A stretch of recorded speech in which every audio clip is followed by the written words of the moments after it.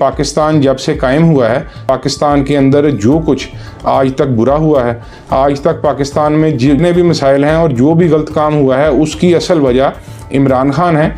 और इमरान खान जब वज़ीर आज़म बने थे, इससे पहले पाकिस्तान में दूध की नहरें बहती थीं, शहद की नहरें बहती थीं, पाकिस्तान में कोई शख्स गरीब नहीं था। इससे पहले पाकिस्तान में कभी भी महंगाई नहीं हुई थी। इससे पहले पाकिस्तान ने कभी IMF से कोई मुआहदा करके कोई भी कर्जा नहीं लिया था। पाकिस्तान एक जन्नत नुमा मुल्क था, हर तरफ खुशहाली ही खुशहाली थी।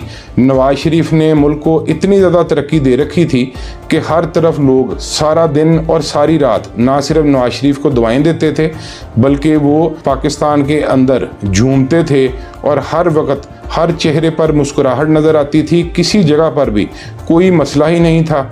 पाकिस्तान के ख़िलाफ़, इस्लाम के ख़िलाफ़ आज तक कोई भी साजिश नहीं हुई थी।